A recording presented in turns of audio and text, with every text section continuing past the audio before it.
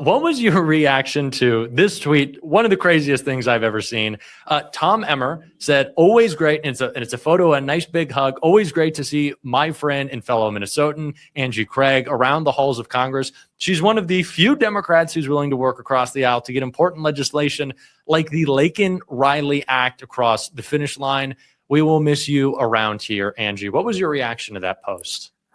I think that, Tom Emmer is a master in trolling, but I also think he is pretty ignorant right now. I mean, because I assume that many of, your viewers also know that he said horrific things about immigrants in Minnesota and Somali immigrants in particular just last week. So I know that Tom Emmer is not anyone I am interested in hugging, frankly.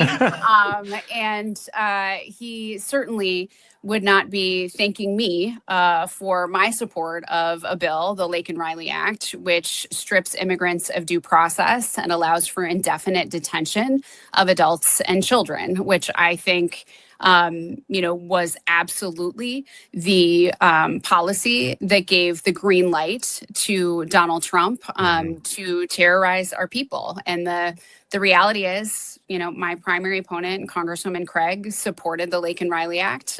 She, 3 days into the second Trump administration, voted 10 toes down for Donald Trump's immigration bill. And now Minnesotans have had to deal with the consequences of that vote. And so I think Tom Emmer has a lot of work to do. But I also think, Congresswoman Craig, up until she decided to run for the U.S. Senate, had on her website that she was proud of the fact that she voted with Tom Emmer 45% of the time.